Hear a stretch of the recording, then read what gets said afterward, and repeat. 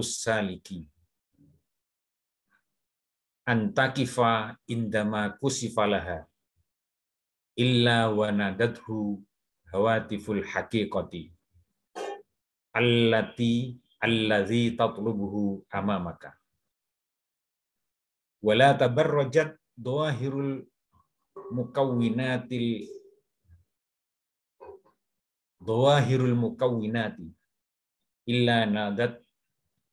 illa nadatka haqqa'iquha innama nahnu fitnatun fala takfur.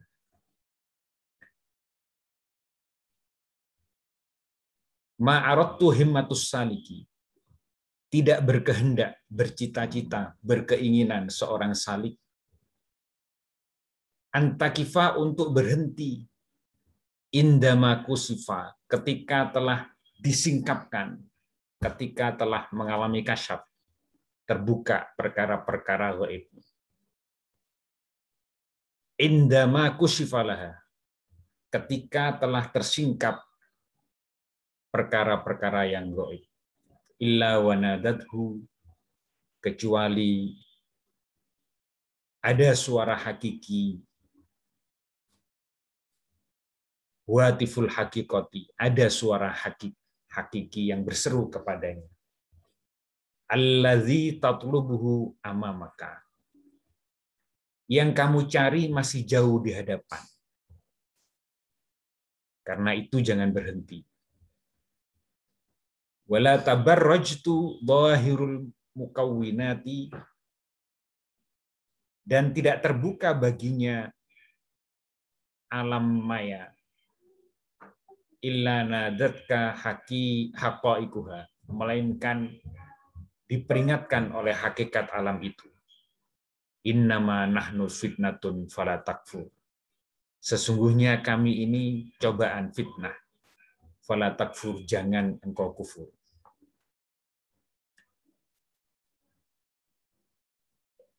Ma'asyiral muslimin, jamaah YouTube, santri-santri, para kiai yang saya hormati, saya taati, Ibu Nyai, Ibu Ustadz. Imam Ahmad Ibnu Athaillah Asy'kandari, beliau dawuh, tidak menghendaki keinginan orang yang tekun beribadah bahwa berhenti dibukakan baginya, melainkan menyeru akan dia suara-suara hakikat. Bermula yang kamu tuntut itu ada di depan engkau. Dan tidaklah nampak bagi seorang ibadah oleh dohir-dohirnya alam ini, melainkan menyeru akan dia hakikat alam ini. Bahwasanya kami ini cobaan saja, maka jangan kamu tergoda dengan cobaan itu. Hikmah yang ke-20 ini ada 2 bagian ujian, menerangkan 2 bagian ujian atau fitnah. Ujian yang pertama, ujian bagi orang yang dulunya maksiat, lalu sadar, dan sedang getol-getolnya beribadah. Yang kedua, ujian atau fitnah bagi orang yang soleh, yang sudah diberi keistimewaan.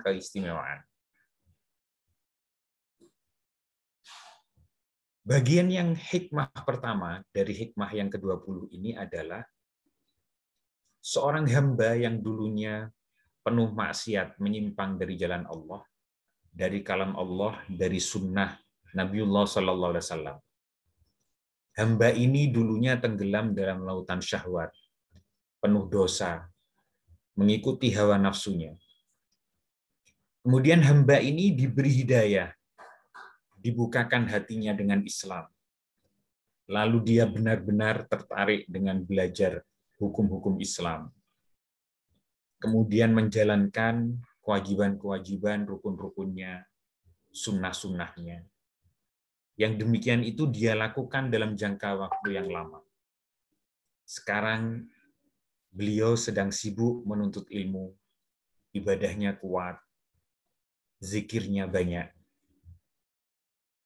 Nah, ujiannya pada saat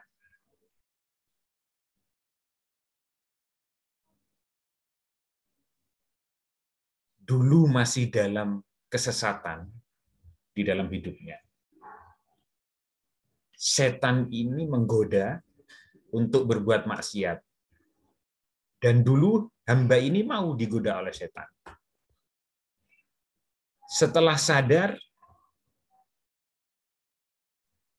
setelah mendapat hidayah Allah, bertobat dia lalu menjadi hamba Allah yang tekun di dalam beribadah.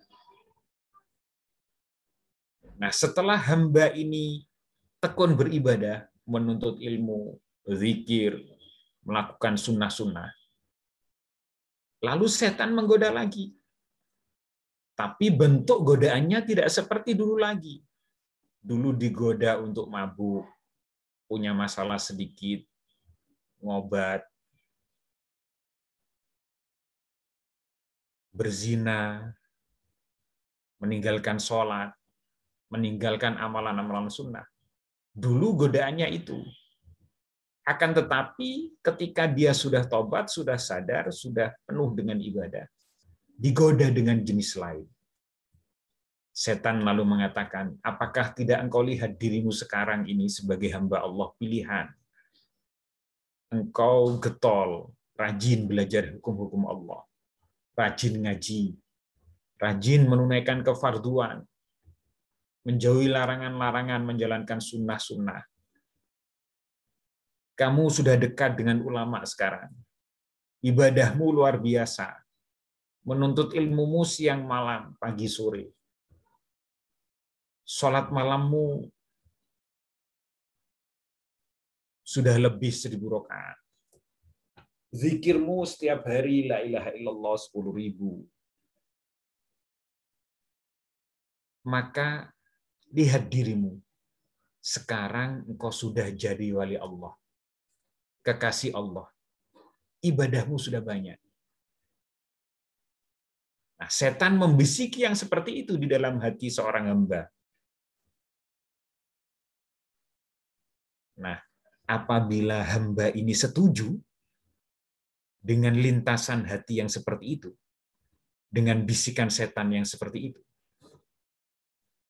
lalu dia menjadi yakin dan merasa dirinya betul-betul menjadi waliullah, kekasih Allah, maka sebenarnya hamba ini sedang dalam posisi kembali jatuh kepada yang lebih jahat lagi dari dulunya. Jatuh kepada yang lebih sesat lagi dari dulunya. Inilah seperti yang dikhawatirkan oleh Rasulullah SAW di dalam hadis beliau. Laulam tudnibu la khasyitu alaikum ma huwa akbaru min dzalika. Al-ujbu, al-ujbu. Laulam tujnibu. Seandainya kalian tidak berbuat dosa sama sekali, la khasyitu alaikum ma huwa akbaru min dzalika. Sungguh aku takut kepada kalian akan jatuh kepada dosa yang lebih besar lagi.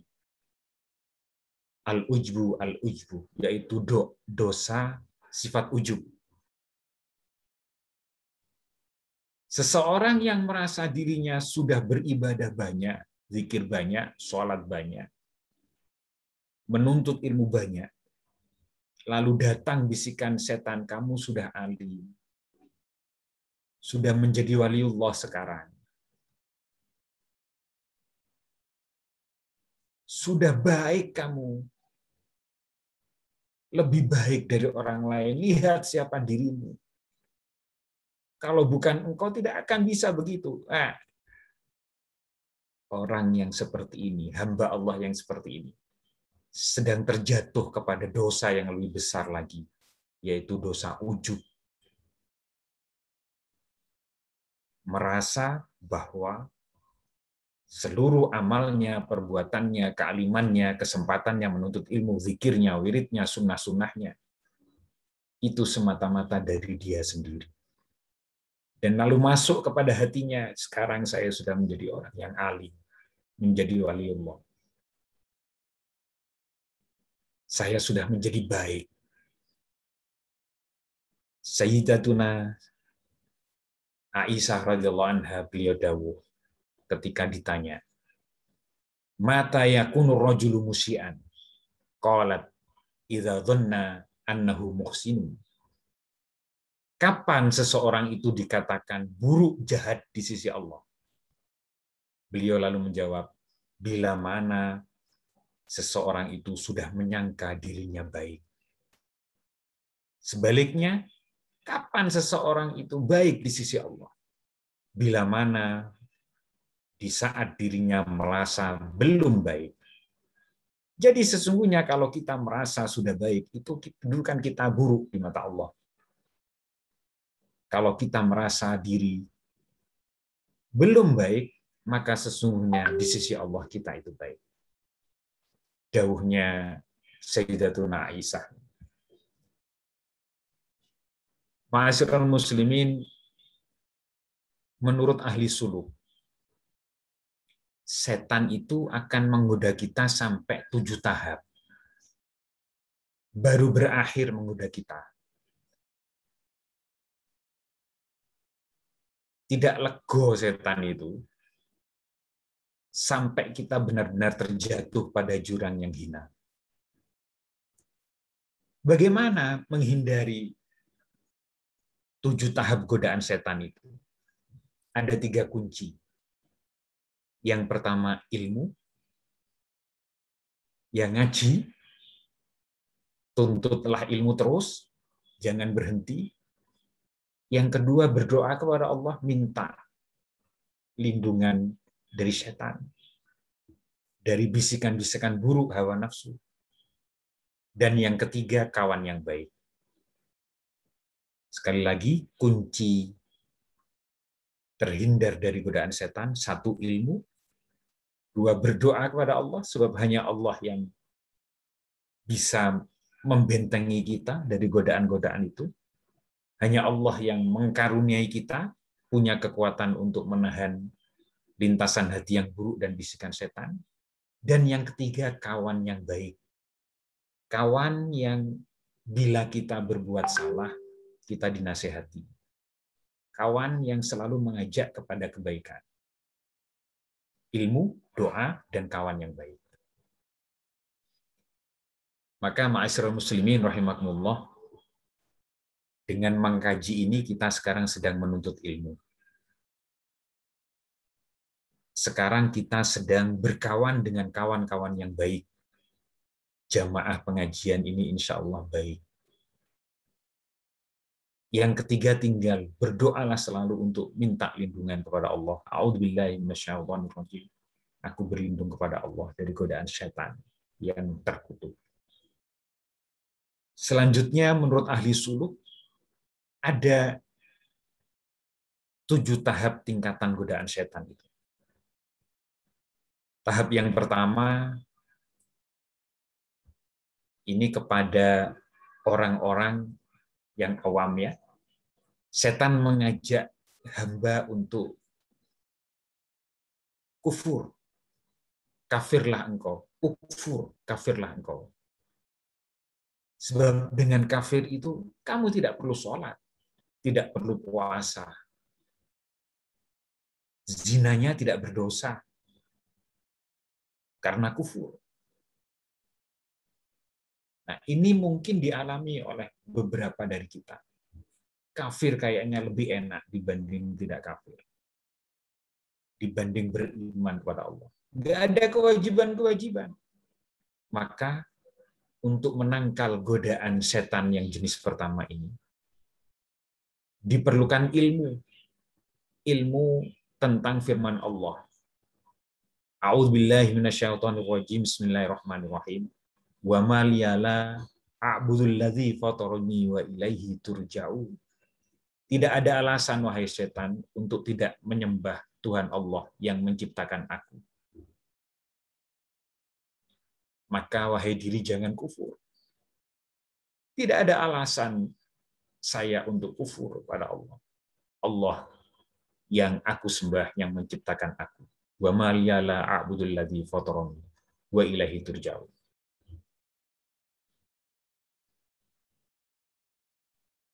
Mungkin kita tidak alami godaan ini karena iman kita sudah kuat.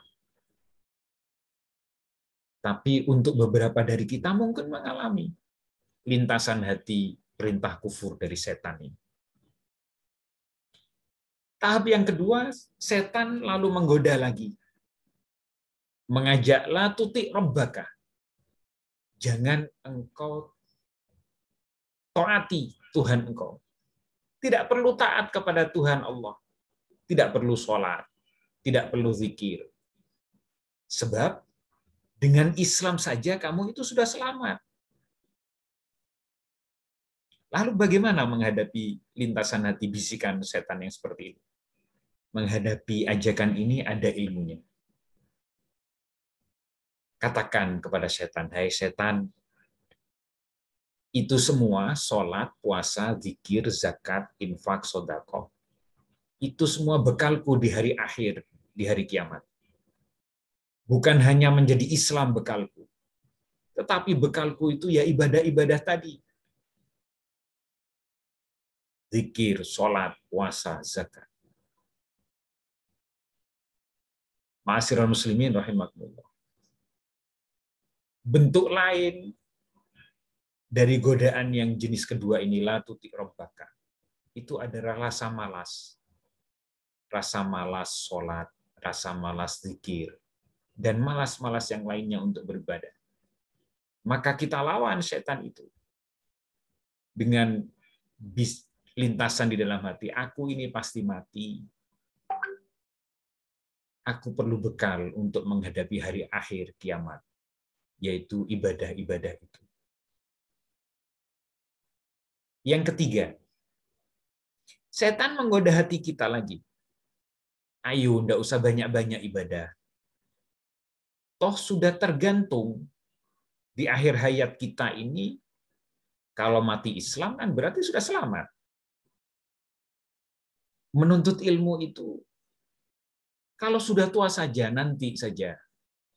Sembahyang rajin itu nanti, kalau sudah tua-tua saja. Nanti saja menuntut ilmu itu, kalau sudah pensiun. Maka kita jawab bisikan setan itu. Kita punya ilmu, umur itu ditentukan Allah. Jadi tidak perlu menunda-nunda beribadah. Kemarin dalam hikmah yang sebelumnya, diajarkan kita untuk jangan menunda-nunda ibadah. Yang keempat, bila tetap beramal baik, maka setan terus membisiki kita untuk justru banyak-banyak beramal. Banyak-banyakan. Sholat cepat. Kalau bisa 20 rakaat 5 menit. Tujuannya ada itu setan, supaya biar lelah dan cepat bosan.